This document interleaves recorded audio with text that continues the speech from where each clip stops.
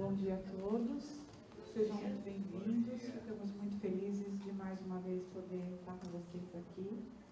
E essa vai ser uma reunião, mais uma, né? Reunião de orientação, vamos ter a parte de aulas, a parte de oficinas. E estavam só aguardando mais um pouquinho por causa da chuva, a gente sabe que o pessoal vai começar a chegar. Mesmo assim, nós vamos dar início à reunião.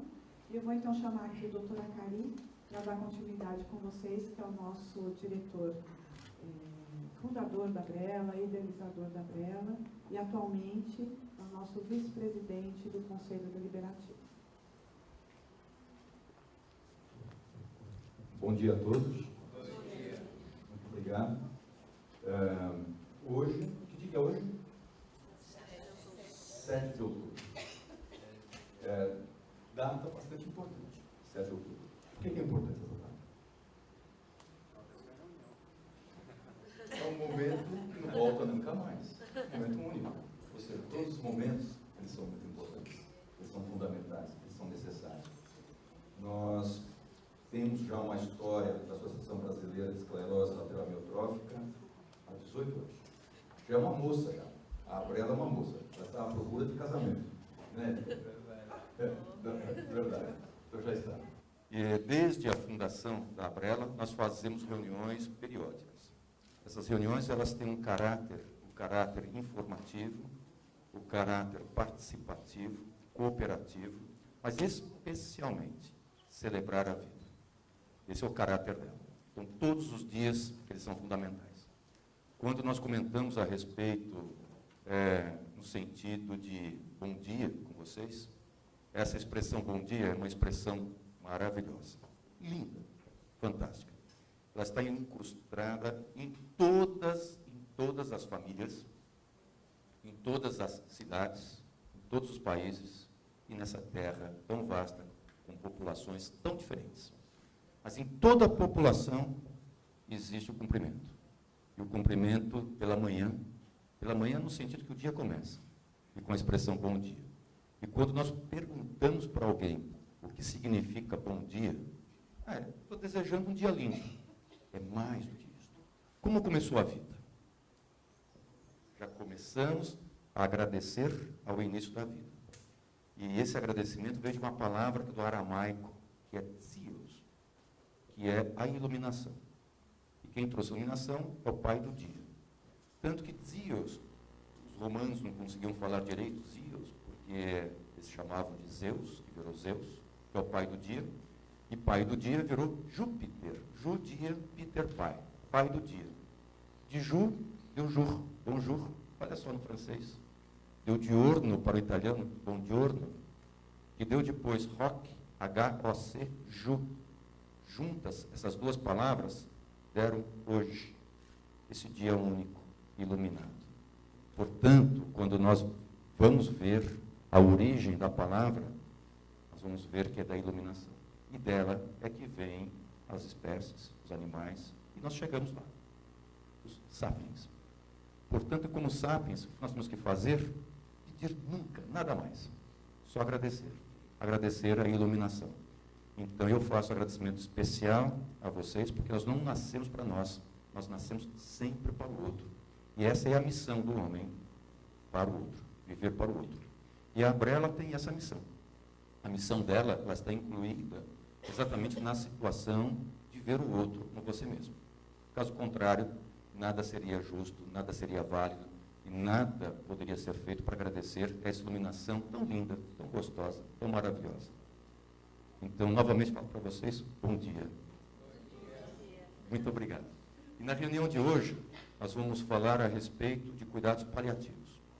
Nós teremos a presença da minha amiga Camila, teremos a presença do pessoal ligado à Brela, à Escola Pós-Medicina, o setor das neuromusculares, pessoal que fala a respeito de corpo, pessoal que fala a respeito de mente, de espírito, sobre as diversas formas e visões, uma forma de visão católica, visão espírita, e poderemos estender para todas as outras visões também. São colegas que ampliam os nossos horizontes. Isso é bastante importante. E dentro dessa ampliação dos horizontes, Uma das pessoas, o Abraão Juveniano Quadros, que é o presidente atual da Abrela, só que ele está preso em algum lugar no trânsito, ele vem de longe para cá. Eu gostaria de estar fazendo a abertura para vocês, mas devido ao avançar um pouquinho da hora, ele está chegando, depois ele já comenta com vocês. É uma pessoa que amplia muito os nossos horizontes também. Assim como o quarteto da Abrela, né, as meninas da Abrela. Elas ampliam bastante os horizontes também. E dentro dessa ampliação dos horizontes, qual que é o objetivo da reunião? Primeira coisa, confraternização. Segunda, agradecimento. E conversar sobre o que está acontecendo no momento atual, do ponto de vista na arte, na ciência, na condição chamada novidade. Vamos conversar a respeito disso também. E no sentido de proteção. Proteção no sentido amplo, o mais amplo possível. Quem que vem aqui pela primeira vez? Levanta a mão, por favor. Muito bem. E quem já esteve presente em outras reuniões? Então tem a primeira vez, uma parcela grande. E isso acontece também nas associações internacionais. Hoje, as associações, elas têm uma liga de associações. Dia 6 de dezembro, nós teremos o Congresso Internacional que ocorrerá em Boston, nos Estados Unidos. E nesse congresso, é um congresso, tem 3 dias de congresso, mas 3 dias de pré-congresso. Nesse pré-congresso, uma reunião dos profissionais da área da saúde, uma outra reunião ligada aos profissionais que fazem as modificações e os desenhos dos ensaios clínicos, ou seja, das pesquisas clínicas, e as reuniões das associações, que é a aliança. E a Abrela está presente, tem assento nessa da aliança também. E as experiências que são colocadas são mais ou menos iguais, são mais ou menos semelhantes. E essa reunião é muito importante, porque elas trazem a experiência dos seus locais. E essas experiências que vão dando para nós as diretrizes e as formas de proteção também. E a razão é pura e simples, porque a internet é muito vasta, tem muita informação. E a informação que aparece lá é verdadeira ou falsa. Por isso que as associações são importantes. Elas trazem a impressão da verdade na sua região, no seu país. E de lá é que saem as diretrizes para que nós possamos ter as nossas proteções também. E essa reunião tem esse objetivo. E para que nós não percamos o objetivo, ela é gravada, inteiramente gravada. Quando alguma vez eu pego algum vídeo anterior, eu falo, eu não falei essa bobagem, não é possível. Várias brincadeiras que a gente faz com parte política, que eles não são honestos. Eu falei, não, eu não falei isso, não é possível. Não é possível. Não está gravando não, né? Meu Deus. Pronto, já tem lá. E a importância é que nós possamos ver também o que foi comentado, em outro momento, especialmente aquela pessoa que não pôde vir à reunião, aquela família que não pôde estar representada naquela reunião também. Dentro desse princípio, eu vou começar a apresentação. E a apresentação vai ser aprendendo com ela. E, na verdade, é isso mesmo. Nós somos da área da ciência, a área da saúde. Nós tentamos aprender com os nossos professores, com os livros, mas quem ensina realmente é o indivíduo, é a pessoa. Quem ensina mesmo é aquele que vai selecionando aquilo que dá certo. E, especialmente, fugir daquilo que não seja adequado. Então, vai ser este o motivo da apresentação inicial que eu farei hoje. Tá? Bom dia. Vamos fazer hoje.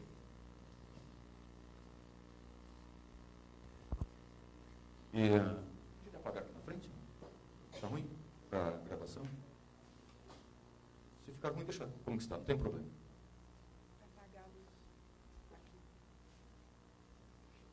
E como nós vamos falar a respeito também de procedimentos, é fundamental que nós coloquemos os conflitos de interesses. Né? Na verdade, para essa apresentação, não existe um conflito de interesse especial. Não estou vendendo nenhuma medicação, não estou propondo nenhuma medicação, mas eu já pedi para o Gilmar Mendes para ele me proteger. Né? Você não tem nenhum conflito de interesse, ele falou. Então pode ficar sossegadinho, tá? Não tem nenhum problema em relação a isso. Quem conhece esse estado? Quem sabe que estado que é este?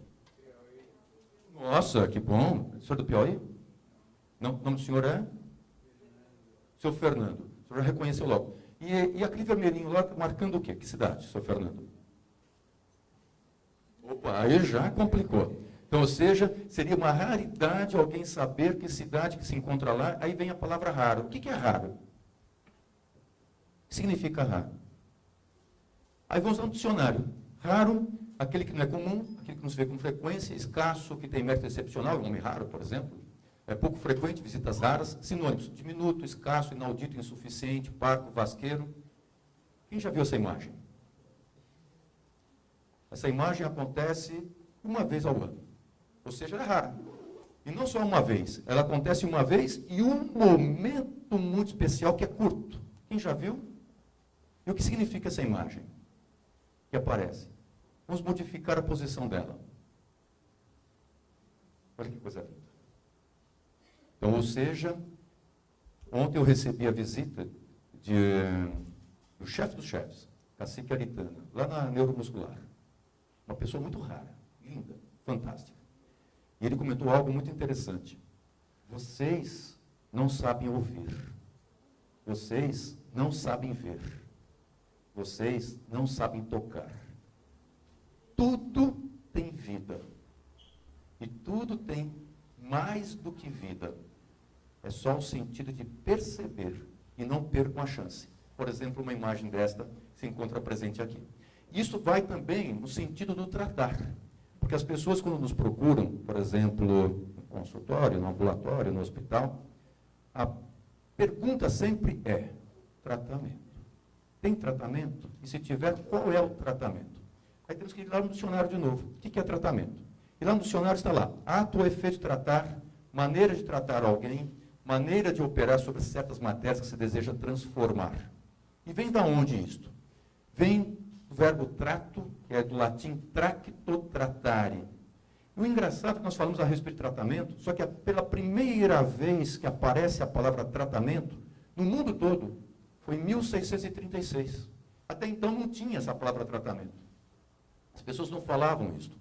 E depois passou para o francês, treatment, para o inglês, treatment, e para o português só apareceu em 1845 no dicionário do Constâncio, a palavra tratamento. Ou seja, embora nós tenhamos aquela ansiedade de falar tratamento, se formos no sentido da palavra, na origem dela, ela iniciou-se mais recentemente. Mas um outro detalhe, quando se fala em tratamento, tem diversas formas de tratamento. Por exemplo, tratamento degradante, quando há humilhação de alguém perante si mesmo. Tratamento desumano, aquele que é degradante, que provoca grande sofrimento mental e ou físico. Cruel, intensifica o tratamento da vítima de uma forma desnecessária. Nós temos que tomar muito cuidado quando a gente fala em tratamento. E tratamento pode ser tratamento fútil também. De onde que vem a palavra fútil? Tudo tem história. Fútil vem da época dos romanos. É um vaso. Só que é um vaso que fica deitado. Qual que é a finalidade de um vaso deitado? Nenhuma. Esse é o tratamento fútil. É aquilo que você faz que não tem finalidade nenhuma e muitas vezes é para ganhar tempo ou para enganar as pessoas. Em relação a tratamento, nós tivemos uma situação que vocês acompanharam pela internet, acompanharam pelos jornais e pela televisão também, recentemente, uma decisão importante, extrema, aonde? Na Inglaterra. Uma criança viva, com uma doença degenerativa, evolutiva, irreversível, incurável, disseram os ingleses que era fatal. Como se tivesse alguma doença que não fosse fatal. Ou seja, seria muito bom que aparece. E essa criança, ela teve uma sentença. E a sentença é, como que é uma doença evolutiva, irreversível, incurável, incapacitante e fatal, vamos parar a vida dela. Como? Tirando-a do respirador. Foi essa a decisão tomada. É um tratamento. Olha só. E foi muito interessante que foi uma decisão judicial. Uma decisão que onde o profissional médico teve que tomar a conduta de tirar a criança do respirador. E mais ainda, os pais lutaram, foram à justiça e o Supremo Tribunal Federal deles deu 6-5 contra a criança e contra os pais. Ela deveria, portanto, morrer. Aí os pais falaram o seguinte: então, deixe-nos levar a criança para a nossa casa. Qual foi a decisão judicial? Não, vai causar sofrimento para ela. Olha que absurdo! Como chama esse tratamento? Eu não tenho palavra para isso. Nenhuma. E assim pararam a vida dela. E quando se fala a respeito de medicina, tratamento, vem ainda de uma origem muito mais antiga, vem do grego. E vem de terapia. Terapia são duas palavras, teros, peia. Teros, Deus. Peia, porta. Abertura da porta para Deus. Ou seja, a porta aberta. Isso é tratamento, isso é terapia. Abrir a porta. Fazer o quê? Entrada e saída de uma forma livre. Intensificar a liberdade das pessoas. Isso é tratamento. É uma parte da medicina. Na medicina nós temos anamnese, diagnóstico, prognóstico, e a quarta parte é tratamento. Em medicina, no momento atual, de acordo com o dicionário Aurélio, é o conjunto de meios postos em prática para combater uma doença. Conjunto de meios de qualquer tipo, cuja finalidade é a cura ou alívio de enfermidade ou sintomas. E nós temos outras decisões extremas também. Então, por exemplo, deste casal, que se encontra presente aqui. E deste casal foi interessante, porque alguém viu aqui o óleo de Lourenço? Foi diferente a história toda. A forma do pai, da forma da mãe, que deu um filme depois, de Decisões Extremas, que o Harrison Ford ele está presente, tatuante, e nessas decisões extremas houve uma organização, criança, pais, profissional da saúde, bioquímico, biofísico, laboratório, e hoje, quando nós falamos em doença de Pompe, que também é uma doença evolutiva, progressiva, irreversível, incurável, incapacitante, tem remédio. Agora, não é o remédio em si, é no sentido da liberdade, isso que chama a atenção. É isso que nós temos que fazer. Quando nós falamos a respeito, portanto, dessa história toda, vamos contar um pouquinho a história humana. De onde nós viemos? De onde nós viemos? O homem veio de onde? Da árvore? Antes da árvore. É bem antes da árvore. O começo da vida na Terra, lá atrás, começou aonde? Nas profundezas do oceano. Começou de uma bactéria. E depois daquela bactéria veio uma outra que entrou dentro da primeira. Aí fez uma célula. E essa célula, e essa bactéria que entrou se chama mitocôndria. Isso há 4 bilhões de anos, 3 bilhões e meio de anos, mais ou menos, que começou. Daí vem toda essa diversidade nesse mundo maravilhoso que nós temos. Quando se fala na espécie nossa humana, ela não é antiga. Parece que é muito antiga, mas pela história da Terra, ela é recente. Quando nós falamos a respeito da espécie humana, ou seja, da família humana, que vem dos primatas, é mais ou menos há 7 milhões de anos. E parece que começou tudo na região oriental da África. Há 6 milhões de anos, aí sim, a separação entre os chimpanzés e os humanos. E a diferença entre chimpanzés e humanos é 1% do DNA. Só que nós temos. E dos camundongos e humanos, também é um pouquinho mais de 1%. Da barata e humanos, é um pouquinho mais, tá bom? Que aparece de diferença. Mas, ou seja, a evolução das espécies, ela é muito pequenininha. Nós temos, portanto, que respeitar todas as espécies e todos os animais também, porque tem muita semelhança nossa neles também. Aí depois tem uma separação entre os humanos e chimpanzés. Há 4 milhões de anos vem os Australopithecus anamenses. Depois, há 3 milhões de anos, aparece aquilo que se chama Celan luci. E as palavras são muito interessantes. Quem escolheu a palavra Celan? Celan deu shalom. Também agradecimento. Também paz. Significa paz. Que se tem. Aí tem o grande salto que acontece mais ou menos 250 mil anos atrás. E esse grande salto, ele está relacionado com a linguagem humana da comunicação. E qual que é a melhor forma de se comunicar? Como é que uma informação passa para frente, para frente, para frente e chega do outro lado do mundo de uma forma muito rápida? Como é que passa? Boca a boca, mas como? O que você fala para passar do outro lado, para chegar do outro lado? Palavras, parábola? Não é. Quase. Quase. As parábolas, elas ensinam os mecanismos. Mas quase. Como é que chega rápido do outro lado? Fofoca. Fofoca. A fofoca é que chega. Veja a internet. Quanto mais fofoca, mais rápida é. Esse é o cuidado da internet, que tem em relação a medicamento, proposta e tal. Cuidado com as fofocas. Em inglês, fofoca é gossip. God, Deus, sip, palavra. Essa é uma forma, gossips, que se tem. Veja que essas palavras são todas interessantes que elas mostram. E as palavras foram chegando e elas foram fazendo com que ocorresse uma modificação nos hábitos humanos.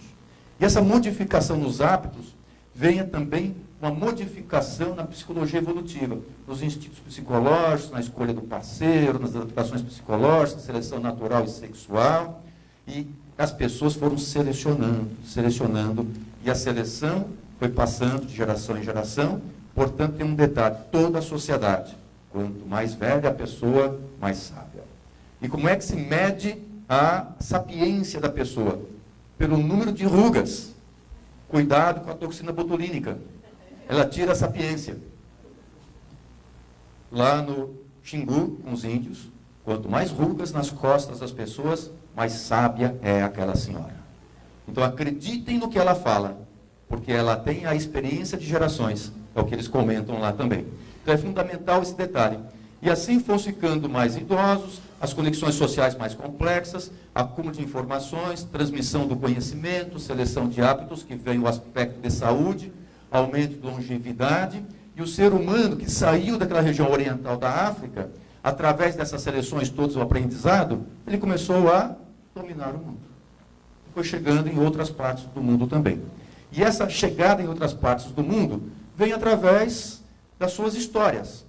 O ser humano que antes ele era um puro caçador, ele passa a ser coletor e ele passa a ser agricultor. E quando ele passa a ser agricultor, há necessidade de ter calendário. Aí que começa o calendário, para poder colocar a semente na época certa, no momento adequado, para nós termos agricultura. E quando ele começa a colocar a semente, e que vem uma boa colheita, ele tem que agradecer. São as festividades de agradecimento que aparecem. E vem, portanto, uma modificação bastante grande. E esse homem, ele passa agora a ficar mais localizado em algumas regiões. São as vilas, as cidades. Só que ele ficando nas vilas e nas cidades, começa a ter um outro problema: a aglomeração. E essa modificação do hábito tem o pagamento. Custo vem em relação ao benefício também.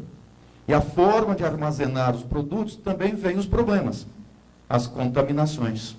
Nós temos que nos adaptar de uma outra forma e começam a ter outras diferenças relacionadas com as histórias que as pessoas tinham. E ocorre rapidamente uma modificação muito grande do hábito humano. Eu comentei que era 6 milhões de anos, 3 milhões, isso aqui é mais ou menos há 10 mil anos. Em 10 mil anos foi uma transformação fantástica naquilo que a gente chama da história do ser humano, ou seja, o que vem depois, aquilo que nós definimos, Homo sapiens. E o Homo sapiens, ele viveu com outras espécies num certo momento também, que aparece. Mas ele que domina essa porção da terra e essa condição toda. E essa dominância tem um preço. E esse preço foi o aparecimento de doenças. E quando nós vamos ver o que está escrito, desde os escritos sagrados e até os escritos que foram deixados em certos momentos, começam a aparecer os problemas relacionados ao ser humano. Então, desde os períodos pré-históricos, a Idade do Ferro, com os desenhos, com as gravuras, com os rituais religiosos também. Por exemplo, aqui é um ritual onde a pessoa provavelmente deveria ter uma dor de cabeça ou algum espírito ruim que foi necessário a perfuração da caixa craniana dessa pessoa para soltar alguma coisa. E a nossa história escrita, ela vem da região, da onde? Da Babilônia, da Suméria. Ou seja, aquela região do Iraque, do Irã, é de lá que vem os nossos escritos. É de lá que nós temos essas informações que nós estamos passando agora. E dessas regiões, as informações passaram para o Egito. E do Egito, tem esse indivíduo fantástico. É um polímata. Polímata, muito, mata. Mata, sabe muito. Ou seja, um indivíduo versado em diversas condições versado em medicina, física, astronomia, astrologia, matemática, construção, engenheiro, advogado. Esse era um polímata. Maravilhoso. E Imhotep, ele é copiado para outras civilizações também. Então, outras civilizações, todas elas têm o Imhotep. Qual que é o Imhotep que vem para os gregos? Eles trazem as informações deixadas por Imhotep e para os gregos, depois eles copiaram lá de Alexandria, e de Alexandria eles trouxeram a informação para a Grécia. O que está escrito aqui em cima? Opa, é grego, né? Mas vocês sabem, A, K, R, O, Pi, ômega, lambda e Acrópole. Ou seja, cidade alta, cidade dos deuses também, do que aparece. E a Acrópole, nós temos os mitos. Quando se fala de mito, as pessoas pensam que é mentira. Agora imagine um mito que já está sendo falado há 2.500 anos e continua sendo falado e entendido. Isso é mentira? Será que nós selecionamos tantas mentiras desse jeito? Todos os mitos têm um porquê. E se ele ficou, significou porque o porquê foi respondido. Nós temos várias histórias colocadas pelos gregos, e todas elas relacionadas com a forma melhor de viver. E uma delas é da deusa Atena. E da deusa Atena também a representação dela, uma representação linda, maravilhosa. Ela tem na sua mão direita a deusa da vitória. Como se chama a deusa da vitória? Nike. E que uma indústria de calçados copiou. Nike. Que é da vitória. Não é à toa que eles copiam as coisas. Aí fazem aquela coisinha assim, tal, que é a luazinha que se tem, que é de crescimento, que aparece, não preciso explicar muito.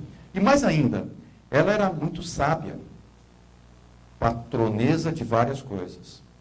E dentre elas, os dons. Dons, glória. E dentre elas, da proteção. Tanto que ela tinha uma capa que ela utilizava, que tem toda uma história linda relacionada a essa capa. Quem a utiliza está protegido. É a palha de Atena. O palha de Atenas, que é a proteção, o sentido de proteção. Então tem toda uma história de engenhosidade, sabedoria da guerra também. Na mitologia grega temos Apolo, irmão gêmeo de Artemis, que nascido em Delos, que é o deus da cura. Tudo que se fala em respeito de tratamento e cura, tem Apolo. E Apolo, relacionado também com a iluminação, com a luz. Tudo se repete. As histórias se repetem. E Apolo tem uma história muito interessante ligada com esse ser. Quiros. E Quiros, ele nasce meio homem, meio animal. Quem é que vai guardar em casa, alimentar em casa, um bicho feio desse jeito? E assim ele é deixado de lado. São os feios. Só que Apolo o adota. E arranjou uma casa para que ele pudesse ficar. Quiro. E não só isto. Quiro, ele aprendeu com Apolo a técnica da cura. Ele era o deus da cura. Que deu cirurgia. Olha que interessante. E Quiro tem uma relação muito interessante com outro ser. Esse outro ser, Asclépio. Quiro ensinou a Asclépio a técnica da cura. Que para nós seria o deus da cura, do ponto de vista de humanização. E Asclépio, ele teve 3 filhas, Higieia, Panaceia, e teve um outro filho chamado Podalírio. Higieia, higiene. Olha só, interessante. E Panaceia, farmacêutica. Seria o medicamento para todos os males. A panaceia para todos os males. E Podalírio foi médico na Ilíada. E Podalírio, na sua linhagem, veio depois toda a explicação para aquilo que a gente conhece como aquilo que aflige os seres humanos, que são as doenças, e como curar. E vem a simbologia da cura. A simbologia da cura é um bastão, envolvendo esse bastão uma cobra. Porque lá na Suméria, a cobra, ela representava a deusa da cura, que era Ea. Ea deu Eva. Olha só como que as coisas vão se repetindo, de acordo com o que vai aparecendo. E a cobra, ela vinha para a superfície para jogar a sua casca para fora, para renovar-se. Ou seja, o que é a cura? Renovação. Não é se ver livre da doença, é renovação. E foi criado o centro de Asclépios, em diversos locais. Dentre os locais, um deles templo de Asclepio, que é o Todos do Epidauro, que está nessa região chamada Epidauro, bem aqui na Argólida. Nós temos uma outra ilha, chamada Ilha de Kos. E nesse templo, é muito interessante, que as pessoas vinham lá para se curarem. Mas o que era curar? Não era curar de uma doença, era para se preparar. E a preparação era, nesse local, tinha o Odeon. Odeon, um local para cantar. Quem canta, seus males espanta. Tinha um local para fazer representação teatral. Teatro, abertura para Deus. Teos, ato, abertura. Olha só, para fazer representação. 2, um local para fazer atividade física. Ginásio, nua. Por qual razão? Porque eu não posso esconder nada dos deuses. Eu não posso ter vergonha de mim. Ele tem que me conhecer de uma forma plena e completa. E um local chamado cemitério. Puxa, que arrepio. Para dormir. Não é para ficar morto. Dormir, sonhar e ascender-se de uma forma espiritual até os deuses. Também. Esse era o local que as pessoas iam. Um local para 15 mil pessoas, mais ou menos, 400 anos antes de Cristo. Esse seria o hospital que nós temos hoje. Veja o que nós fizemos com os nossos hospitais, que aparecem. E é um local, portanto, maravilhoso do ponto de vista de cura, mas a cura no sentido de coera, de cuidar, se autocuidar. Se eu me cuido, eu posso cuidar de outros também. Era esse o sentido. E lá o símbolo era da cobra. Em volta, um cajado. Temperança, paciência. E a cobra, renovação. E essa simbologia, ela passa para nós. Olha só, a Escola Paulista de Medicina. Ela vem para nós, do que aparece. Nós temos que entender essa história para nós possamos entender o que nós estamos fazendo. Por exemplo, até nessa reunião também. Tem uma ilhazinha pequenininha, chamada Ilha de Kos, pertinho aqui da Turquia. Nessa ilhazinha, um indivíduo. Quem que é médico aqui? Opa, temos médicos. Nós fazemos o juramento. Juramento de Hipócrates é o nome dele. E esse é um juramento espetacular. Isso é 400 anos antes de Cristo. E que vem até hoje. E Hipócrates ensinava aos seus alunos, dizem os indivíduos, embaixo dessa árvore. Acho que não é essa árvore. Ela tem mais ou menos 1000 anos, essa árvore que está aqui. É o plátano de Hipócrates. Folha bem larga. E na sombra havia os alunos que ele ensinava.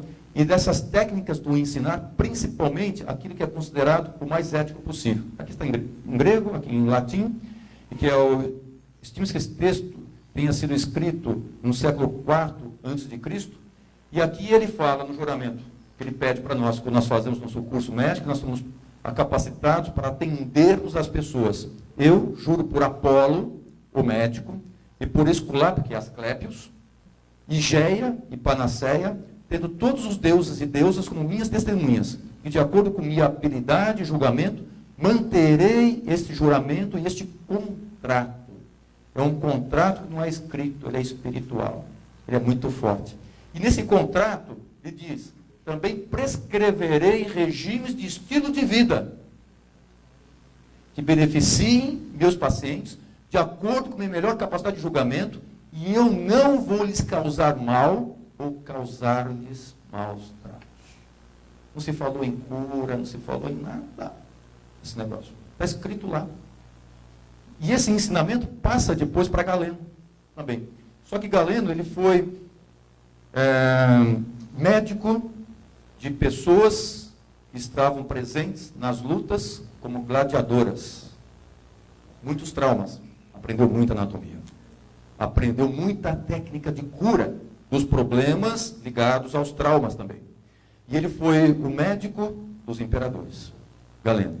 E os seus ensinamentos passaram para mais de 1000 anos, que ficaram os seus ensinamentos.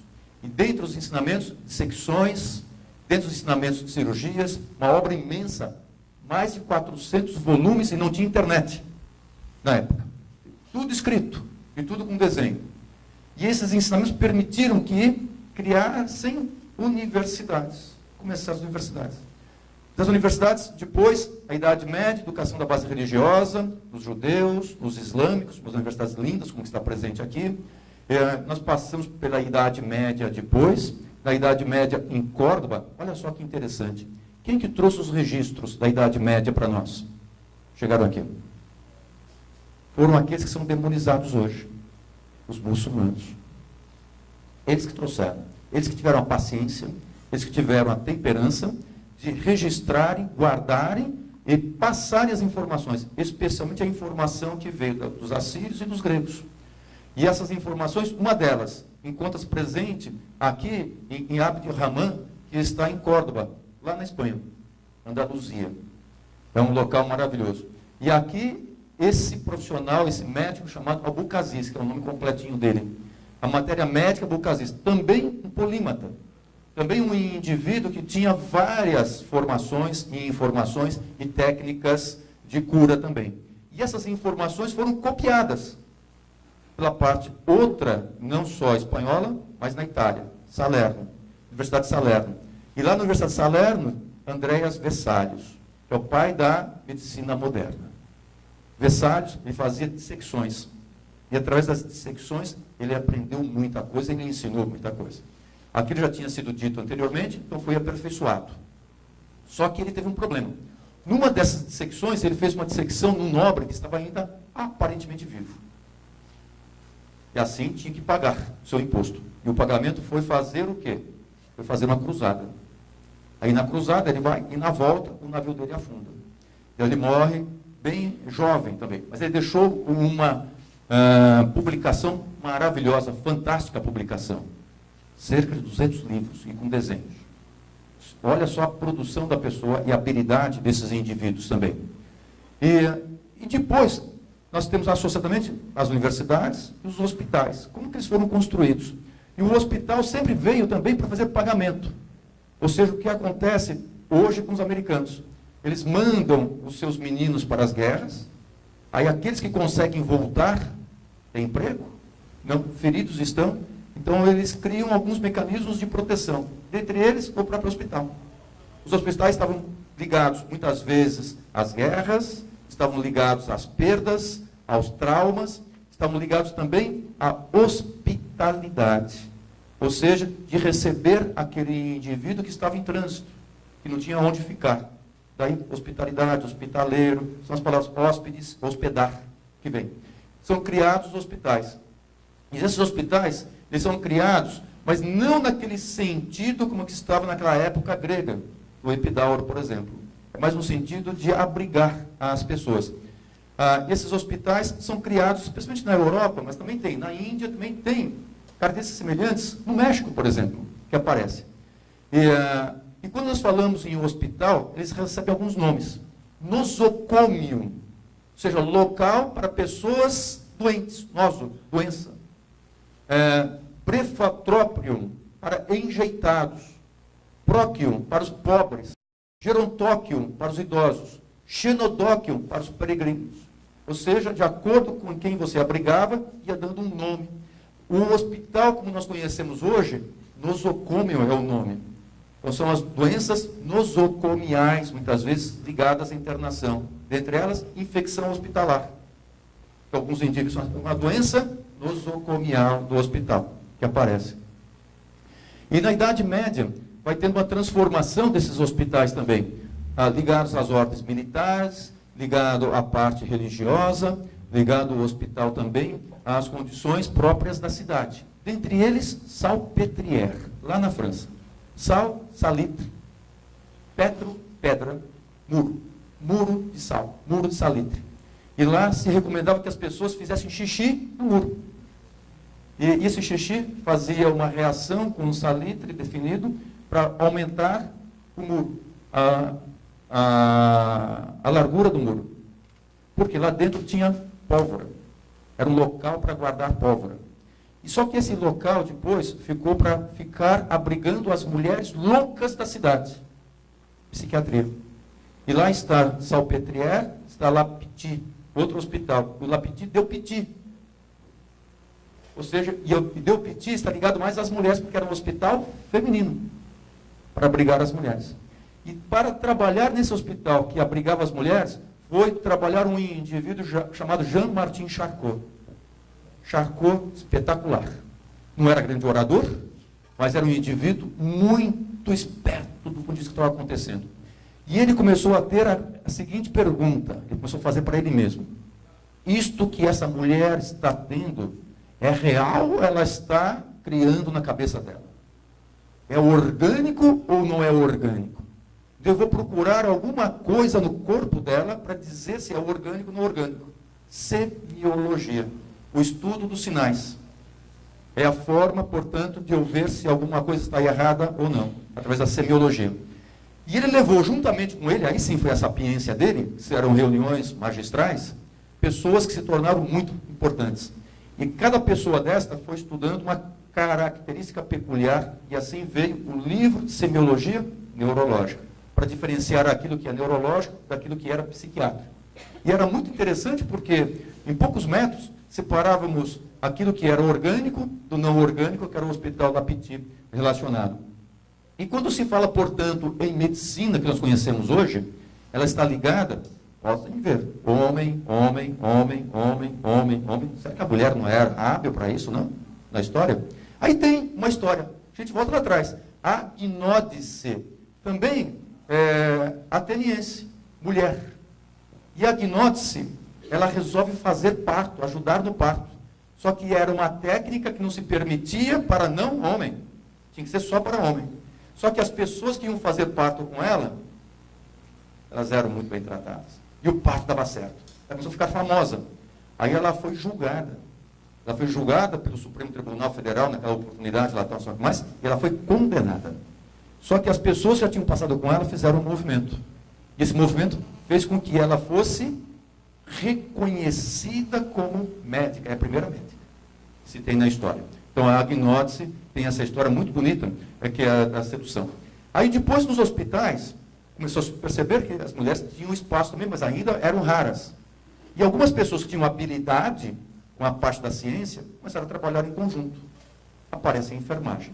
Quando se fala de enfermagem, que é uma ciência muito interessante, nós temos a história ligada a um homem também, Theodor Friedner.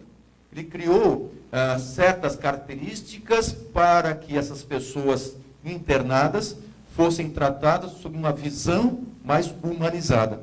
Daí que começa a enfermagem. E quem foi aprender as técnicas foi Elizabeth Fry, que foi considerada a anjo das prisões. Ela começou o trabalho dela não em hospital, mas nas prisões, nos maus tratos das pessoas nas prisões.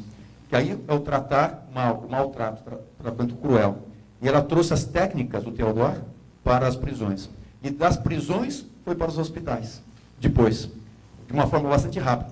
E ela criou uma instituição semelhante do Fry, e daí a primeira escola de enfermagem é ela que cria. E essa escola é copiada depois. Florence Nightingale, depois nós temos aqui no Brasil Ana Nery. No Brasil tem quantos hospitais Ana Nery do que aparece? Ana Nery muito importante na guerra Brasil-Paraguai, se tem. E nos hospitais, voltando na parte francesa, puxa vida, não basta ter só o médico, tem a enfermagem, mas as pessoas, elas não podem ser divididas entre aquilo que é físico e aquilo que é psicológico. Então, nós temos que ampliar a fonte de entendimento. Vem o psicólogo para dentro do hospital. E as pessoas começam a ver o seguinte, os gregos, eles faziam odeon, teatro, ginásio, cemitério. Eu preciso de algo mais. Esse algo mais, o que foi? Atividade física. Nós começamos a ter o fisioterapeuta dentro do hospital. Poderia ser educador físico. E a fisioterapia motora, a terapia ocupacional, aí depois ampliou-se para a adequação do meio ambiente, da parte do hospitalar, e do conhecimento do meio ambiente, a transformação para a casa, da casa para as ruas também, a adequação dos espaços, as atividades de vida diária de uma forma mais independente. E aí vem a história de uma complementação. O começo nosso vem da onde? Comunicação.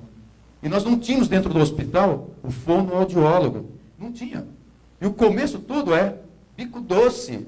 Eu tenho que manter o bico doce. O fonoaudiólogo, ele veio para o hospital para o bico doce. E depois para o doce do bico doce. Disfagia. Muito importante. No sentido de orientação para se evitar esses problemas ligados à deglutição. Ou seja, a parte postural, a forma de se fazer, a manutenção da voz, da comunicação, a expressão oral. Portanto, quando se fala em hospital hoje, nossa, houve uma ampliação enorme. Mas não basta isso só. Houve necessidade de ampliar também para os exames. Nós vamos fazer nos hospitais os exames. É o físico. é o bioquímico, é o biofísico, é o dentista. Ou seja, quando se fala em hospital hoje, é um mundo vasto. Talvez só para um polímata, do tipo daqueles anteriores que eu comentei com vocês. E esses indivíduos trouxeram uma coisa muito interessante. Para dentro do hospital, eu tenho que encher o hospital. Eu tenho que encher como o hospital? Criando doenças. Se eu não criar doença, eu não encho o hospital. E a pessoa tem que acreditar em mim, que ela tem doença. Se ela não acreditar, eu não a ponho no hospital. Eu não levo para o médico, não tenho consulta. Então, quando eu falei que não tinha conflito de interesse, tem conflito de interesse. Lógico que eu tenho. Se eu não falar que a pessoa não tem doença, eu estou lascado. E aí vem o conceito de doença. Qual é o conceito de doença? Nós não tínhamos conceito de doença do que aparece. Veja a Bíblia. Quantas doenças tem na Bíblia? Por exemplo, tem lepra? Tem epilepsia? Vamos procurar. E é o texto mais sagrado. Por exemplo, para certas culturas. E vamos para outros textos sagrados. Quantas doenças tem? Poucos. Outros textos existentes desde aquela época. Vamos tendo poucas coisas. Só que chega um certo momento que eu preciso denominar as doenças. E quando eu dou um nome, Fernando. Qual é a origem do seu nome, Sr. Fernando?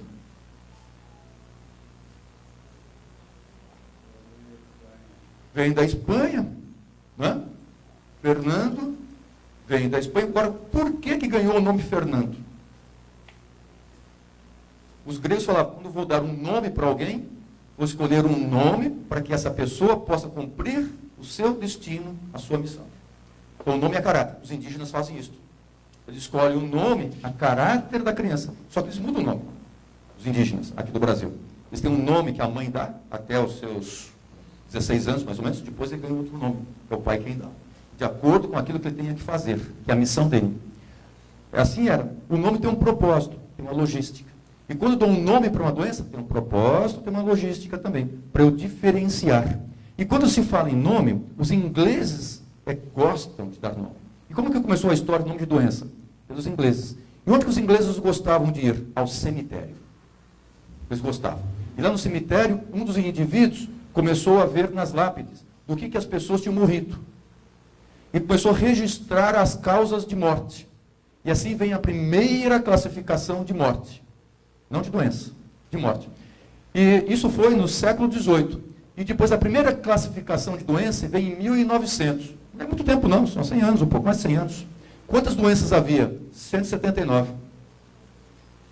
Depois a segunda classificação vem em 1909, 189. A terceira, 205. A quarta, 200. A quinta, 200. E a sexta classificação, eu já não fiz mais classificação de morte. Eu já fiz a classificação de doenças e morte. Ou seja, de vida e morte. Ou seja, ampliei. E essa ampliação aconteceu quando? Em 1948. Eu passei, portanto, de 200 para 1.000 doenças. A população ficou pior? Ficou mais doente? Estatisticamente, sim. 5 vezes mais doente. Estatisticamente. Ela ficou. Eu aumentei. Aí veio a sexta classificação, a sétima, a oitava, a nona e a 10ª classificação, publicada em 1989. Ou seja, há 28 anos. Quantas doenças que havia? 2.032. Aí eles estavam tentando fazer a 11ª classificação, pararam. Não aguentaram mais fazer. Por qual razão? Porque hoje estimam-se mais ou menos umas 15 mil doenças. Ficamos muito doentes. Porque um gene, várias doenças. E uma doença com vários genes. Então não dá para classificar mais em sinais, em sintomas, em proteína, em DNA, em RNA, em mecanismos, não dá mais. E esse é o problema existente. Quando eu falo em uma doença, aquela doença carrega várias formas distintas. E mais um outro detalhe muito interessante. Mesmo colocando a subclassificação, sub, não tem 2 iguais. Não existem 2 iguais. Como começou a vida? Aquela bactéria no fundo do oceano e tal, não sei o que mais. E de acordo com a interação daquela célula existente com a mitocôndria, não tem um ser igual ao outro. Nem planta. Nem fazendo a planta igualzinha à outra, ela é completamente igual. Tem modificação. E se tem modificação, por que eu tenho que falar que uma doença, a pessoa tem que evoluir da mesma forma harmônica, ou da mesma forma isonômica, ou mesmo sentido totalmente idêntico. Não tem isto. Só que tem uma importância. A importância ela é jurídica, a importância social, a importância só que é mais. Vejo que os laudos são necessários, porque nós criamos essa característica, nós criamos essa forma de atuação e de responsividade. E dessas doenças que nós conhecemos, 2032, qual é que é a pior? Qual é a pior doença? Eu não escutei. Esse é o problema da idade, vai ficando surdo. Câncer. Câncer de pele, carcinoma espinocelular, não é ruim, não. Trata, cura, tira. Então, qual a esclerose? Tem arteriosclerose, tem esclerose múltipla. Hã? A esclerose amiotrófica é a pior. Ele está dizendo, por que é pior?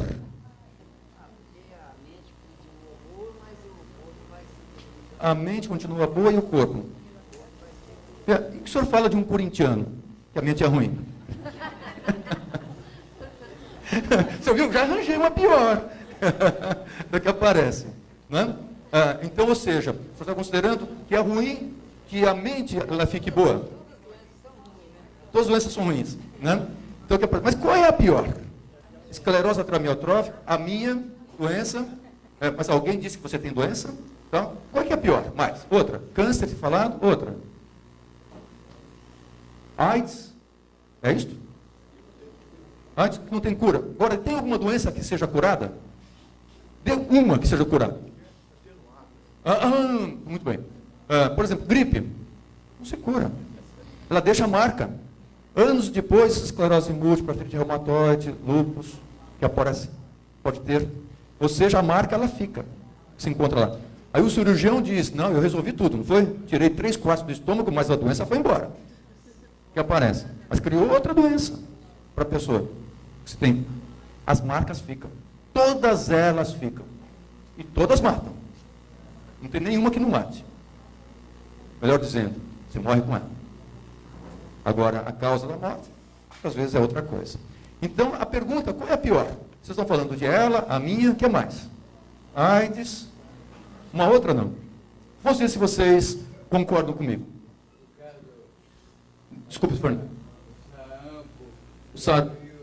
Sarampo, varíola, e que hoje estão lá fora.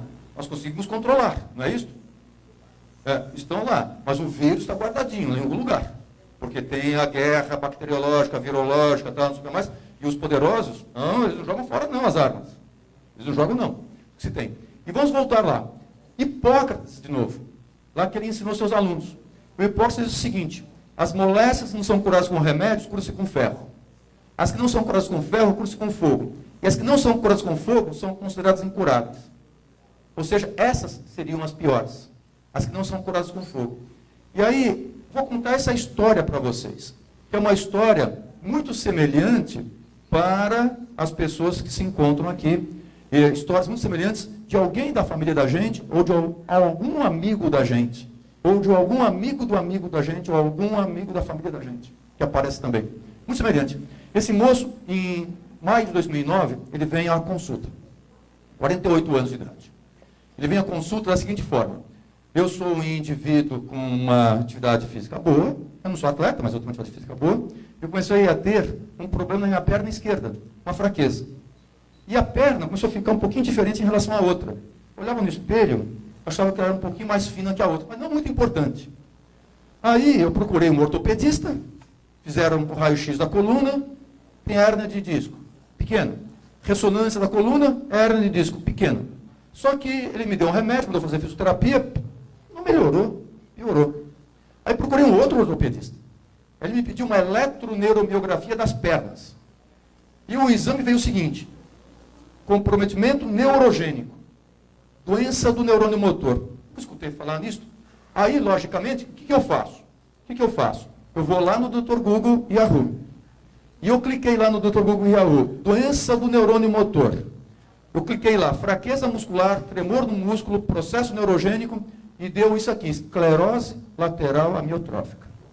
Ele nunca tinha ouvido falar a respeito disto. Bom, não deve ser coisa séria não, porque se eu nunca ouvi falar a respeito disso, eu sou um indivíduo que escuta bastante coisa, Aí eu vou colocar na internet o que significa isto. Será que eu tenho essa porcaria mesmo? Pensou ele. E ele falando isto. Será que eu tenho ela? Aí ele colocou lá. Ela foi descrita por Jean-Martin Charcot, nas suas aulas magistrais, ele explica bastante, esse indivíduo foi bastante famoso. Como é que nós sabemos que a pessoa é famosa? Se a pessoa não é que ganha prêmio Nobel, se ela é motivo de selo. E ele foi motivo de selo lá por 2 vezes. E ele descreveu essa doença, se era um hospital de mulher, ele descreveu em mulher, que aparece. Em que mulher? Numa mulher de 28 anos, que começara a doença logo depois de um parto, no puerpério. Aí vou ver a história dessa mulher. E a história, ele não gostou. Porque do primeiro momento de manifestação clínica, a morte deu 5 anos. Ela faleceu aos 33 anos. E ficou preocupado. Será que eu tenho algo semelhante? Não, mas ela é mulher, eu sou homem. Eu acho que faz um pouquinho de diferença. E qual foi a grande importância de Charcot? Ele trabalhava no hospital que se fazia estudo anatopatológico. E ela falecendo, foi feita a necrópsia. E a necrópsia mostrou que ela tinha alteração na parte lateral da medula, endurecimento da parte lateral, daí que vem esclerose lateral, e tinha alteração no cordo anterior, nas células na frente da medula. E as alterações do cordo anterior levam à atrofia. Da esclerose lateral amiotrófica, com amiotrofia, com atrofia muscular. E esse nome pegou. Ela pegou. Só que essa doença ficou esquecida. Ela foi descrita mais tarde pelos americanos nesse indivíduo, Lou Gehrig. Aos 23 anos de idade, esse indivíduo jogava beisebol para a universidade, Columbia University.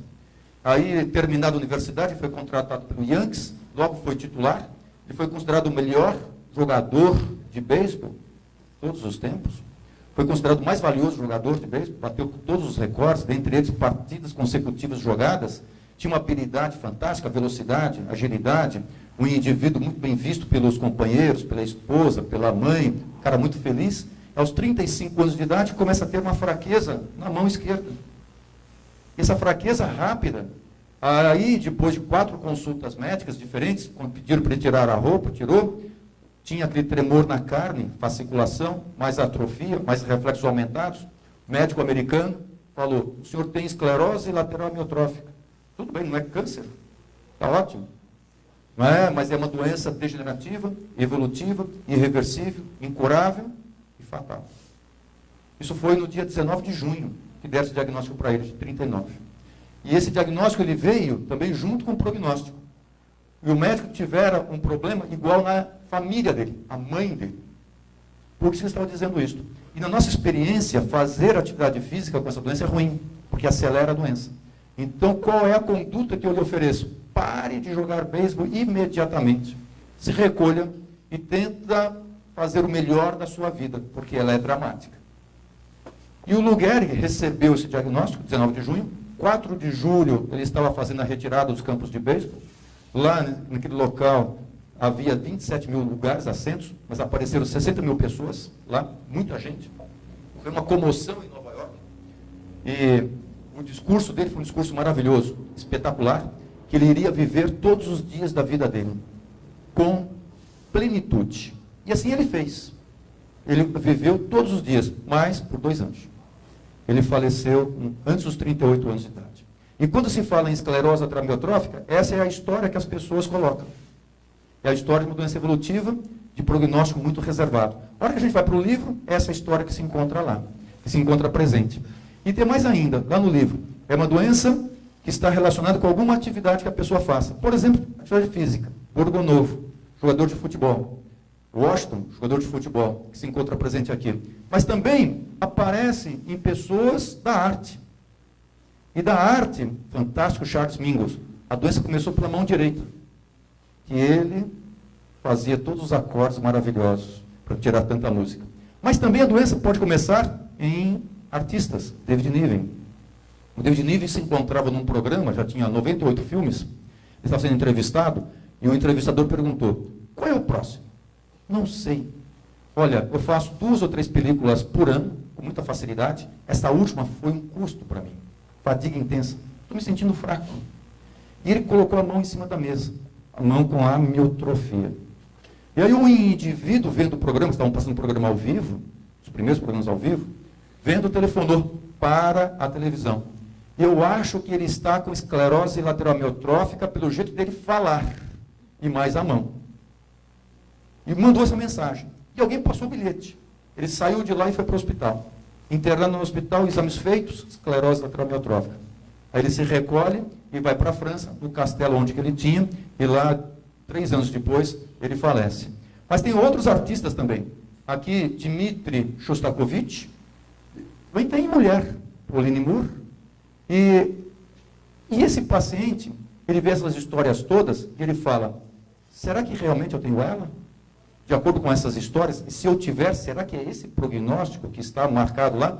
Porque na internet, qual que é a seleção? Da porcaria. Aquilo que vende, esse é o cuidado. Lembra do gossips, da fofoca que eu falei? E a internet é uma fofoca.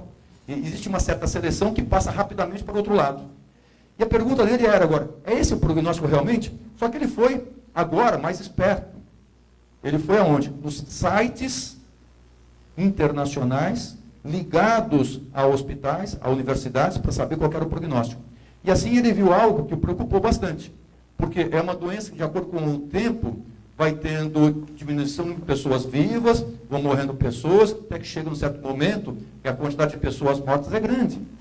Então, por exemplo, com 12 meses de doença, 66% dos indivíduos estavam vivos. Com 36 meses, 18% deles. E mais ainda, se ela iniciava-se numa pessoa ao redor da idade dele, 48 anos, 21% estariam vivas com 36 meses. Essa era a preocupação dele. E outro detalhe, o homem parece que tem um pouquinho mais sobrevida que a mulher. Agora, quando a doença começa pela perna, ela tem um pouquinho mais de sobrevida que quando ela começa pela região bulbar. Que é algo, pelo menos, deixou um pouco mais à vontade, esse detalhe. Mas, em síntese, tudo isso mexeu muito com ele, do ponto de vista daquilo que ele viu registrado de prognóstico. E se é esse prognóstico realmente, existe uma causa específica, porque eu tenho uma vida saudável, uma vida física saudável, familiar saudável, psicológica saudável, emocional saudável, espiritual saudável. Por que pessoas assim possam apresentar esse tipo de doença? Existe uma causa? Ela é hereditária? Ele perguntou para mim, porque eu tenho 3 filhas. Existe um tratamento específico? Existe no momento algum ensaio clínico que eu possa fazê-lo? E a célula-tronco? Será que, se eu tiver essa doença mesmo, eu possa me envolver em algum lugar com tratamento com célula-tronco? E outro detalhe, eu sou uma pessoa com uma autonomia muito grande, uma voluntariedade muito grande. Eu não gostaria de perder minha autonomia. Então, essa é a minha preocupação, se tiver isso, a perda da autonomia. Será que eu tenho realmente essa doença? Aí eu fiz o exame físico. E realmente ele tinha sinais que eram compatíveis com a doença. Ele trazia exame que era compatível com a doença. Só que essa doença não tem nenhum exame que eu faça que dê diagnóstico de certeza. Olha, de acordo com os livros, tá? O senhor tem uma doença provável, mas não definitiva.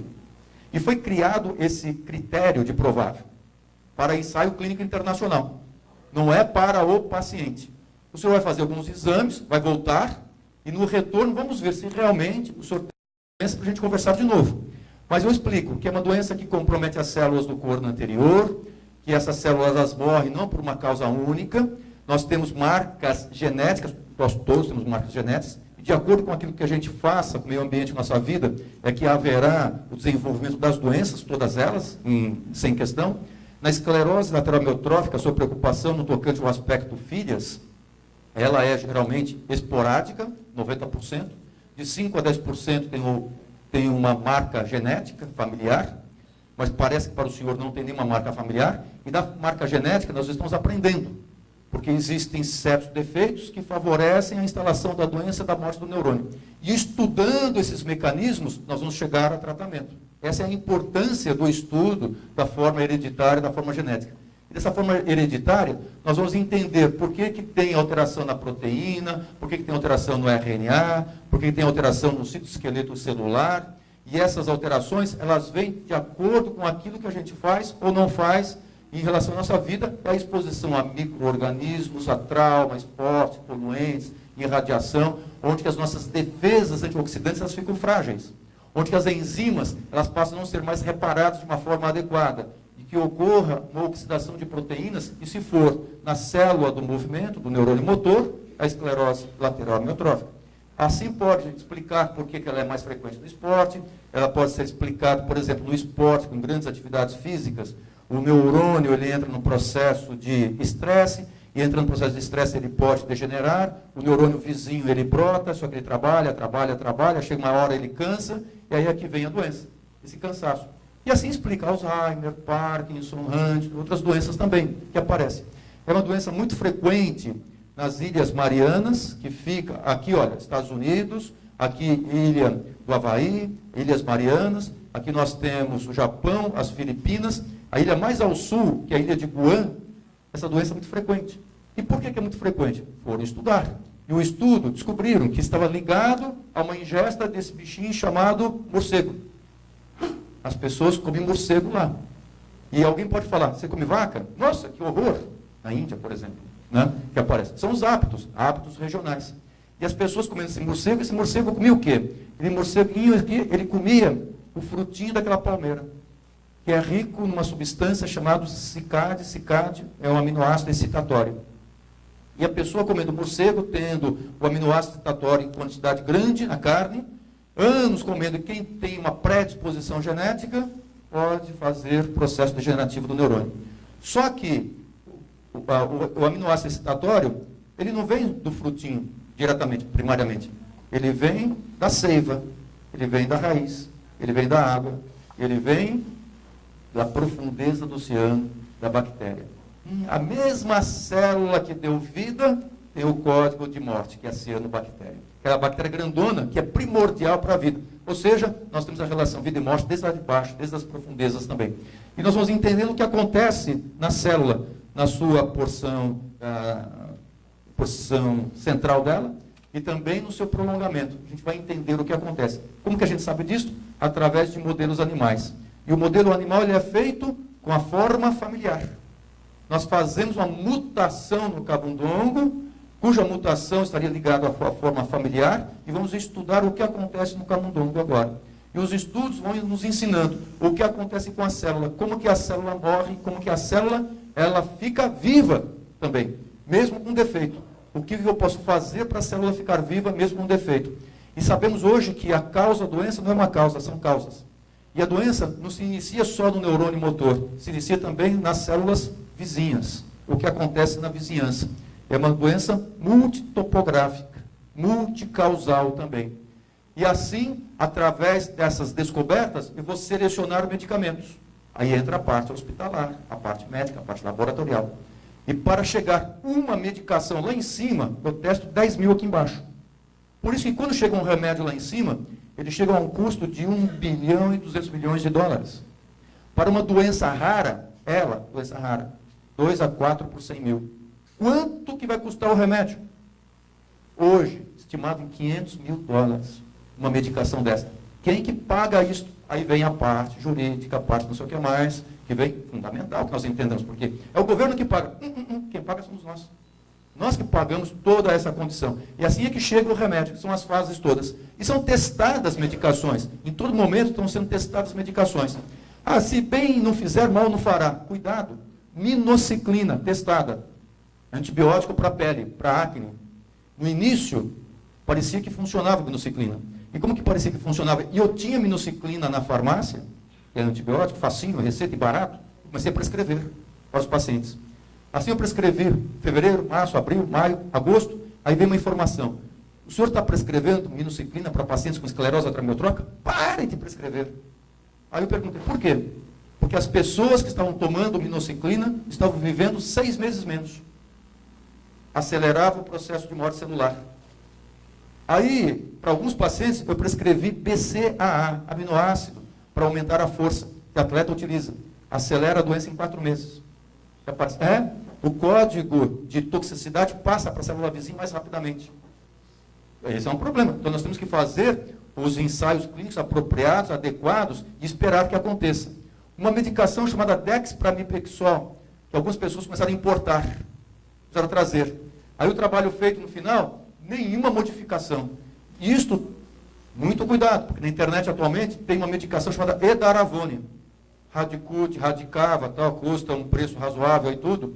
Só que quando você vai ver o ensaio clínico feito, o estudo feito, é muito frágil. para que as pessoas importem a medicação. O que a gente tem que fazer sempre é apresentar a medicação aos órgãos competentes e disponibilizar, se é doença rara, sob uma forma pública, para todo mundo, de uma forma distinta. Então, nós temos que apresentar para as câmaras técnicas, Conitec, Anvisa, se for registro, se for tomada de preço, e se for SUS.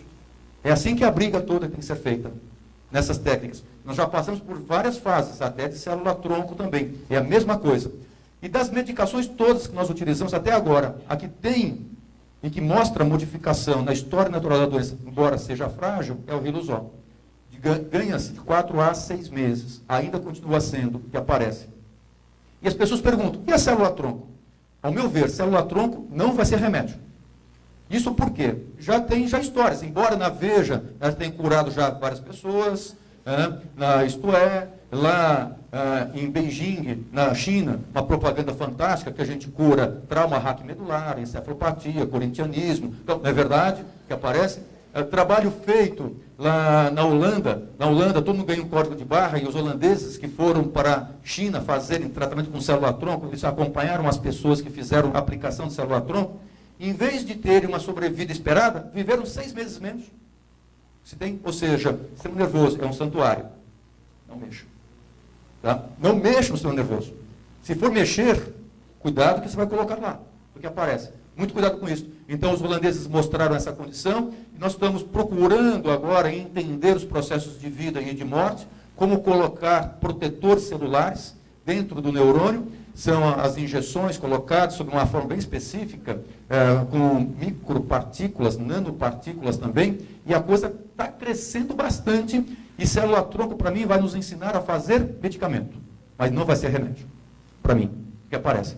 E o paciente, eu expliquei tudo, pedi os exames, e ele retorna com os exames, um mês depois, e era ela. Eu falei para ele, o senhor tem esclerose lateral amiotrófica? Eu não tenho dúvida disso, embora já tenha errado. Disse para a pessoa que tinha ela, depois de um certo período de tempo, se era ela veio mostrar para mim que a doença parou. Naquela descrição clássica de doença evolutiva, a doença parou. E aqui tem uma pessoa, Dona Natalina. Cadê a Dona Natalina? Está lá na ponta direita minha, ponta esquerda de vocês. Há 18 anos, ela e seu esposo aparecem na primeira reunião da Abrela. Esclerose lateral amiotrófica. De acordo com a história colocada tal, esperar-se-ia o quê? Que ela estivesse presente mais uma outra reunião, uma outra, e ela faltou. Quantas reuniões, seu Dácio, ela faltou? 2 reuniões. Então, não tem nota máxima por causa disso. Tem 2 faltas. Mas ela fez a prova e ela passou em todas as provas do que aparece. E a Dona Natalina, a doença dela parou. Hoje, o que ela tem é uma evolução de acordo com a idade dela. E eu gostaria de ter dado um remédio para ela, porque eu ia ficar famoso e rico com esse remédio. Porque é lógico, né? Olha só. Qual é o remédio que ela toma? Amor. Todos os dias. Esse é o remédio que ela toma. E esse moço, então eu dei para ele o diagnóstico de ela. E, logicamente, começamos a trabalhar. Cada momento, seu momento. E a evolução, 2009 foi a primeira consulta. 2 anos depois, tetraparesia, desartrofonia, disfagia, insuficiência respiratória. E a pergunta dele, e o próximo momento? Quais outros sintomas? Afeta o coração? Não. Afeta o intestino? Não. Afeta a bexiga, rim? Não. É motora. Só que os medos continuavam. A autonomia, a comunicação, a nutrição, traqueostomia. Olha, eu não quero fazer. UTI, não quero ficar nela. E morte com sofrimento é um problema. Qual que era a preocupação toda? Era não com a doença mais, era com a saúde. Saúde, o bem-estar físico, mental, espiritual, social e jurídico. As perguntas deles estavam mais relacionadas à saúde que à doença. Então, nós começamos a responder, etapa por etapa, relacionado com o aspecto de saúde. Ele era o centro. E dentro disso vem a multidisciplinaridade. Mas é um cuidado aqui para não afogar a pessoa e a família também. Nós temos que tomar um cuidado enorme. Ou seja, oferecer para a pessoa aquilo que ela precisa no momento adequado, não mais e não menos. Porque, caso contrário, tratamento cruel. A gente começa a fazer. Ou tratamento fútil. Começa a fazer também. E assim entram várias pessoas. E João Marcos, posso falar o nome que está na internet? Ele se ressignifica num momento muito interessante. No momento onde que ele perde a voz. No momento que ele vai para a traqueostomia. no momento que ele vai para casa, para a cama. E lá sobra ainda o pé, sobra ainda a parte ocular. Ele começa a escrever. Escrever, escrever, um livro, 2 livros, 3 livros. O animal conhece a morte tão somente na morte. Já o homem se aproxima dela a cada hora com inteira consciência e isso torna a vida, às vezes, questionável. Mesmo para quem ainda não conheceu no todo o mesmo da vida o seu caráter de contínua aniquilação. Principalmente devido à morte é que o homem possui filosofias e religiões. Ele copia isso de Schopenhauer. Ele faz uma reflexão dessa condição e dessa reflexão dessa condição ele seleciona aquilo que deu para ele condições de suportar esses momentos todos. São livros que ele selecionou para mim, de cuidados paliativos relacionados à esclerose lateral amiotrófica, e aí ele traz que esses livros trazem uma finalidade, que é fornecer qualidade de vida, qualidade de morte, diminuir a angústia do doente, fornecer atenção ao cuidador, diminuir a ansiedade dos cuidadores, evitar atendimentos desnecessários nas unidades de emergências. Ele que me seleciona isto. E ele me dá isto. Ou seja, ele estava me dando o quê? Sugestões, mas sob uma forma de ordens. O que ele queria, o que ele não queria. Que se fosse feito com ele e com a família dele. Ou seja, o direito de escolher. Tem que ficar lá. Isso já está no Conselho Federal de Medicina. Ou seja, a pessoa ela é livre para expressar-se de uma forma autônoma a sua vontade. Esse é um detalhe importante. E quando se fala a respeito dessas características todas, o tratamento tem que ser sob uma forma do corpo, tem que ser uma forma da mente, uma forma do espírito. E João Marcos ele está se ressignificando, ele está escolhendo. E dentro das ressignificações, logicamente, entraram os aspectos outros ligados à sobrevida. Respiração, nutrição, comunicação. E os problemas foram chegando. Gastrostomia endoscópica. Os problemas foram chegando. O home care, que é um problema. O ventilador mecânico. As máscaras. O cough assist. A traqueostomia chegou. E a comunicação com o MyTop. Ele veio. E essa comunicação, agora, faz com que ele se exteriorize para o meio ambiente. Aí eu pergunto, João Marcos tem saúde? Tem saúde? Lá acha que tem saúde. Alguém aqui acha que ele não tem saúde? Que aparece uma doença desse tamanho? Com essa evolução? Saúde, ele quer ir além do que a doença, tá? Então, acho que isso é uma forma. Vamos de novo, saúde. Bem-estar físico, mental, espiritual, social, jurídico. Não é não ter doença. Tá? Saúde não é isso. Ele está se relacionando de uma forma mais saudável que eu já vi. Em todos os momentos. Então, ele que está trazendo para mim seleções. Ele que busca na internet e faz com que a esposa traga para mim. Ele que me seleciona. E livros também. E não só isto, aquilo que ele está produzindo. E ele continua. Então, a pergunta é esta. E aí ele escreve. Quando eu recebi a confirmação do diagnóstico de esclerose amiotrófica, em meados de junho de 2009, eu vivi o dia mais difícil da minha vida, 2009. Iniciei a experiência de ter que conviver com uma doença incurável pela medicina e de reduzida expectativa de vida. Entretanto, percebi que a cada perda e dano, limitações físicas, Deus renovava minhas forças, coragem e determinação para perseverar na luta pelo dom precioso da vida. Era o momento de viver. Saúde a gente mede como? É o momento de viver. Se a pessoa chega para você e fala isso, esqueça, está saudável. Se você não perceber isso, você é que precisa de tratamento. Não ele. Você é que precisa. É a dúvida que você tem. E ele tinha essa condição, e isto já vinha desde os gregos já. Então, desde os gregos, a mitologia que aparece, ou seja, eles buscavam na mitologia explicação para o mundo que viviam. Aqui nós temos a mitologia de Hércules. De Hércules, os seus trabalhos de Hércules, os 12 trabalhos não eram para matar o inimigo. Era para ele dominar o inimigo dentro dele mesmo. Então, os trabalhos de Hércules são trabalhos pedagógicos. Isso é para o profissional da área da saúde também. Não importa se seja médico, fisioterapeuta, educador físico, se seja enfermeiro, não importa, psicólogo, é isto que tem que acontecer. E dentro dessa condição, na base da paideia, da pedagogia toda, nós temos que procurar as formas de nós trabalharmos. E a forma melhor para nós trabalharmos, de novo na mitologia, tem um mito lindo. Esse mito lindo, Quiron ele foi ferido por Hércules, pela flecha de Hércules, que estava com veneno de Hera. E ele que era imortal, ele passa a ter uma dor contínua, uma ferida que não fechava. E essa dor continuada para sempre, imagine só. Aí ele troca a vida imortal pela mortalidade. Hoje nós temos a constelação presente de Quirón lá em cima, o que aparece. É a constelação dele. Ou seja, da imortalidade. Ou seja, da mortalidade para sempre, para a imortalidade lá em cima, no plano espiritual. Foi feita a troca. E dentro dessa mitologia também tem um outro detalhe muito interessante. O fogo.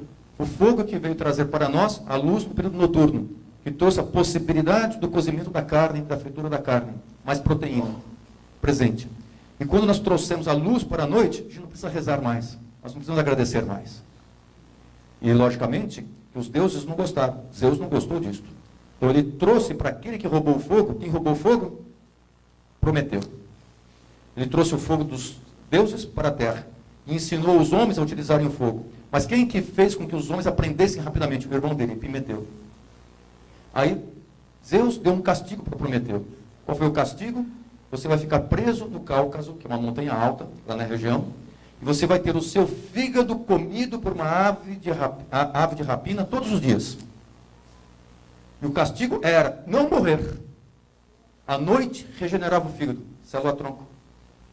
Já utilizava desde aquela época lá. Só que o sofrimento seria para sempre. Durante o dia, comido o fígado, à noite recuperado, fígado comido, recuperado. Aí Prometeu, também dentro desse sofrimento, ele pede. E o que ele pede é a mortalidade. É a troca de novo. E qual era o castigo para o irmão dele, Epimeteu? Qual que é o pior castigo para um homem?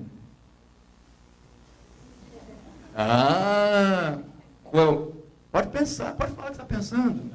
Não, ele não quer. Depois eu digo, é uma mulher tinhosa. É o pior castigo que pode oferecer. Então não é prender o cara com um tornozeleira eletrônica. Dá para esse indivíduo uma mulher tinhosa. Veja o que acontece com ele. E qual que é a mulher tinhosa? Pandora. Todos, Dora, dons, todos os dons. Então foi criada uma mulher especial para infernizar aquele homem, Epimeteu. E ela vem para a terra e traz uma caixinha, quando aberta, todas as desgraças. Todos os males, incluindo as doenças, 2.032 doenças. Estavam lá. Só que ao lado tinha o que? Escondidinho, nas engrenagens da caixinha. O que está escondido lá? O que está escondido? Junto com a fechadura, tinha algo muito interessante, a esperança. Esperança não é desejo. Eu quero me curar. Isso é desejo. Para cada 10 desejos que a gente tem, só um é satisfeito. Eu quero sair com a Gisele Bündchen. E quando sai, é uma porta magra demais. Né? Decepciona. Desejo decepciona. Esperança nunca. O marinheiro, qual que é o símbolo da esperança? A âncora. Esse é o símbolo da esperança. O marinheiro, se ele tiver a âncora, não importa o tamanho da tempestade. Ele estará seguro. Que aparece. Isso é esperança. É a seguridade. Ou seja, as vivências de esperança. Acreditando, enfrentando, utilizando estratégias, ressignificando-se, esperando, expressando emoções e sentimentos. Otimista, reforçando laços, sentindo apoio, doar-se. Qual que é a pior doença? Desespero. Ou seja, não ter a esperança. É o desesperar-se. Isso sim, perda de esperança. Essas são as piores doenças. Não existem doenças piores do que essas. Ou seja, nós temos que trabalhar sobre uma forma, aí sim, multidisciplinar. Médico, paciente, familiar, cuidador, para manutenção de esperança. Não tem dúvida nenhuma para mim que a pior doença é essa. Não tem dúvida do que se tem. Ou seja, aprendendo com ela, eu não tenho dúvida. Essas pessoas me ensinaram, Dona Natalina, Seu Dácio e outras pessoas, ensinaram-me muito. Você tem que ter esperança. Eles que passaram. Não fui eu quem aprendeu isso. Foi eles que passaram. E a esperança ela está muito relacionada com hoje. De novo que eu comecei a conversar com vocês hoje de manhã. Que é a origem do hoje, o significado do hoje. Esse significado, ele é fantástico. Esse significado, ele significa o seguinte: esse dia ele é único. Ele pertence a você. Ele é seu. O próximo é de Deus. Faça desse período, desse momento, o mais iluminado da sua vida. O próximo vai ser fácil. Esse é o sentido da esperança, novamente, do que aparece. E para eu vivenciar isto, eu vou naquele centro de cura novamente nas palavras, ou seja, a terapia. É a porta, é manter a porta aberta. É a porta que vai e que volta. Qual que é a melhor forma de manter a porta aberta? É a inter-relação entre as pessoas. Você não nasceu para você. Eu aprendi isso no Havaí. No Havaí, quando a pessoa, ela cumprimenta o outro de uma forma muito efusiva. Aqui no Brasil, você entra no elevador, já fica um num canto, outro num canto, assim, né? Nem vê quem entra no elevador, até aparece. Lá, eles cumprimentam as pessoas com uma expressão chamada cacarriaca. Parece que não tem nada a ver. Esse cacarriaca nada mais é do que a forma de cumprimentar as pessoas do bom dia, igualzinho. É um agradecimento ao outro, porque através da iluminação que o outro me oferece, é que eu tenho consciência da minha existência. E assim eu agradeço essa pessoa. Não é só um bom dia, é o agradecimento à pessoa, porque eu estou vivo, que é o hoje de novo, que é o ato de vivência que aparece. E isso só acontece quando a gente se volta para si mesmo, que aparece. Mas fazendo do outro o mais importante. Quando você faz do outro o outro mais importante, essa é a ressignificação do ser humano. Como que foi feito o ser humano? De acordo com a mitologia também, do que aparece. Como que foi feito? Tinha um ser lá em cima, no céu, vivendo naquela fase linda. O que é o céu? Como que é a vida no céu? Maravilhosa, linda, tudo organizado, suíço, holandês, acessibilidade plena, tudo quietinho, sossegadinho, sem barulho, né? Sem confusão, as leis funcionam, não tem roubo, não tem nada, música baixinha. Mas isso acontece uma semana, 2, um mês, 12 meses, não muda nada. Nem uma noticiazinha na televisão. Isso se chama o quê? Monotonia. E tinha um ser que estava na monotonia, um ser chamado cuidado, lá. Aí ele resolve fazer alguma coisa para passar o tempo, porque nem trabalhar ele precisava. E a comida chegava para ele na hora que ele quisesse. E comida legal que não engordava. Tem mais essa ainda. Você já pensou? Que coisa linda. E a hora que ele quisesse, ele podia comer, sem engordar, sem nada. Aí ele resolve fazer uma coisa, ele pega a matéria da Mãe Terra e faz um molde lindo. Fantástico. Aí ele chama Zeus, para que Zeus olhasse aquilo que ele fez. E Zeus dá uma olhada, olha, coisa linda que esse cara fez, nem eu conseguiria fazer igual. Aí Zeus, mais rapidamente, mas tem defeito. Aí ele deu uma volta, uma espada profunda, e ele começou a se mexer, de uma forma graciosa. E Zeus, vou dar o nome, Zeus filho. Cuidado, fui eu quem fez. Eu que vou dar o nome. Eu que vou dar o nome. Não, eu vou dar o nome, cuidado disso, porque fui eu quem fez. Aí, Terra, Gaia, quem vai dar o nome sou eu, porque veio de mim a matéria. Vocês pegaram a matéria de mim, eu vou dar o nome. Discussão plena. Aí os homens, 2-1, que está perdendo a parada, os homens. Aí eles chamam o terceiro, Cronos, pai de Zeus. Ele escuta tudo, escuta e decide. Isto que deu forma, maravilha, está aqui, vai ter um ciclo. Ao terminar o seu ciclo, aquilo que deu forma vai voltar para você, Terra, Gaia, para que você possa novamente ofertar matéria para que outras formas sejam feitas tão belas quanto esta. E isto que deu vida, o Espírito, vai voltar para você, Zeus, que você possa escolher outras formas para introjetar aquilo chamado vida. E como vai ter um ciclo, alguém precisa cuidar. Você, cuidado, vai ter a grande honra de cuidar disso que foi feito durante a sua vida, ou durante o ciclo de vida daquilo que foi feito. E como isto foi feito da parte mais rica da terra, denominada humus, eu vou dar o nome, humano. Assim foi feito o ser humano, criado da parte mais rica da terra. Só que só será humana a pessoa que cuidar de alguém durante a sua vida. E mais ainda, humanizada completamente será a pessoa se ela aceitar o cuidado de alguém, quanto necessário for, sob uma forma de humildade. E para que ela não se esqueça, ela deve ajoelhar-se e agradecer, não pedir nada. E ao levantar-se, olhe para cima. Você vai sentir e entender o significado da iluminação. E é o significado do cuidar e ser cuidado.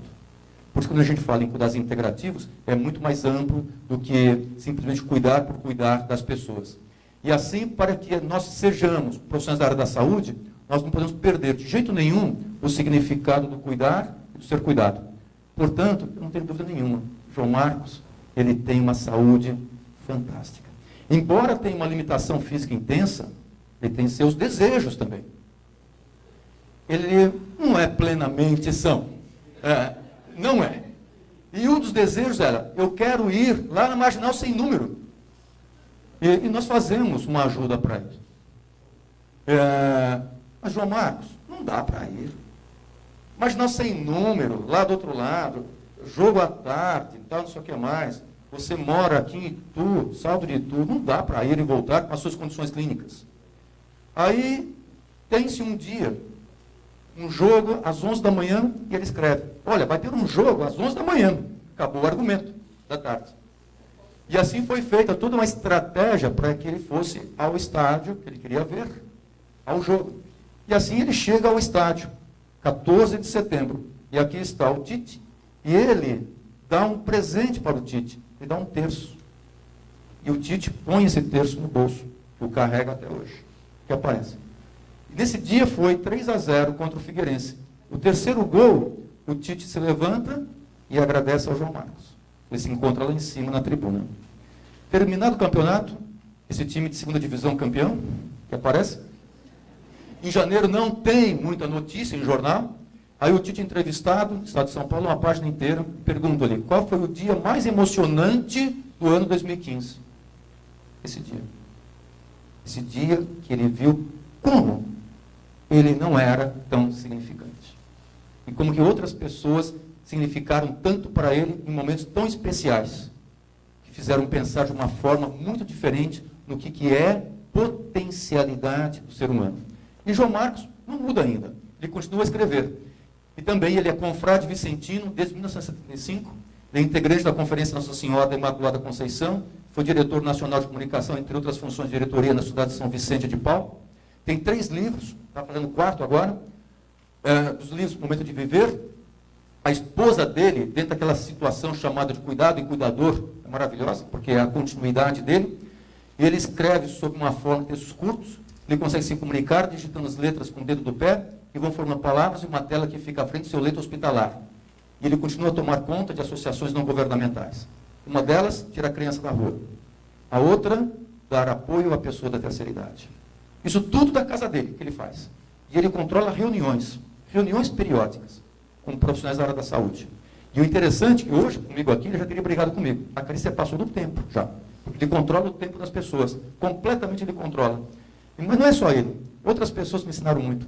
Alexandra Zafir, Leide Consuelo, é a outra que escreve com os olhos, na verdade, com um pouquinho de olho só, poesias para me manter viva, e ela tem seus desejos também, dentre eles Circo de Soleil, dentre eles música, que aparece, que é o sentido, de novo, naquela condição do teatro, do Odeon, que aparece, essas pessoas vão procurando também. Aqui, a Vera Lúcia Couto Trujillo, com receitas para casa, que ela faz, são livros também feitos. A dona Natalina, que se encontra presente aqui, é a outra pessoa que me ensina bastante. Eu tenho aprendido com eles e suas famílias, pergunto eu, puxa vida, receitas de saúde, não tem dúvida. É aquilo que o Aritano disse, olhe um pouquinho melhor quem está ao seu lado, olhe um pouquinho melhor a natureza, o seu momento, sinta, respire, cheire, observe e agradeça. Isso é belo. O que vocês estão vendo aqui? Fernando? 4 coelhos? Um quadro com coelho. Gato. Um cachorro. E um coelho. Alguém viu alguma coisa diferente? Não? Sim. Então vamos ver. E agora?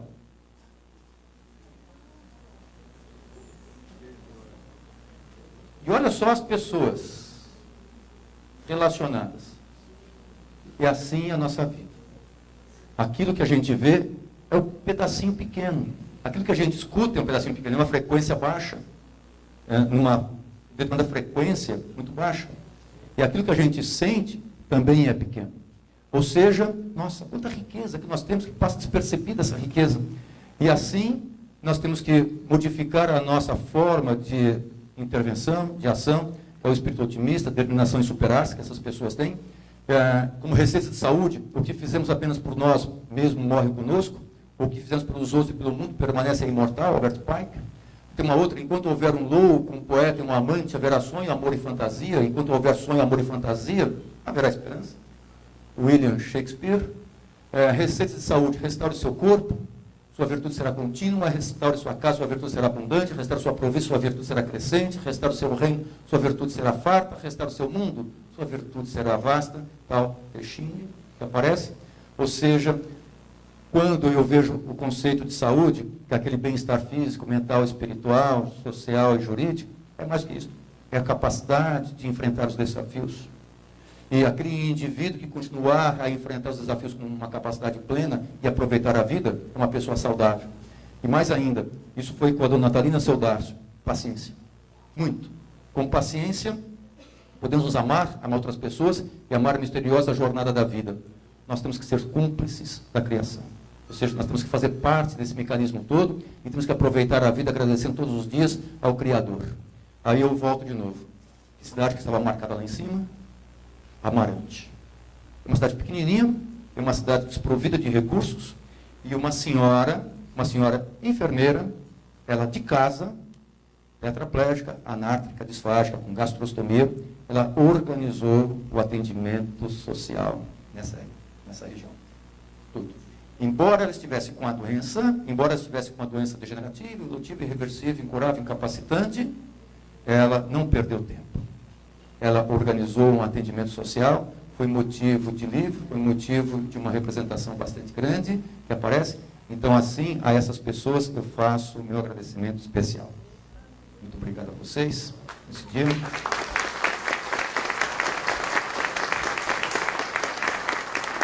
E o agradecimento à Brela, porque ela tem proporcionado que eu entenda muito o significado de vida e essa oportunidade tão rica que ela me oferece. Então, obrigado às meninas da Brela, Érica, Cecília, Fabiana, a Elaine e todas as outras pessoas que lá se encontram presentes, e a vocês.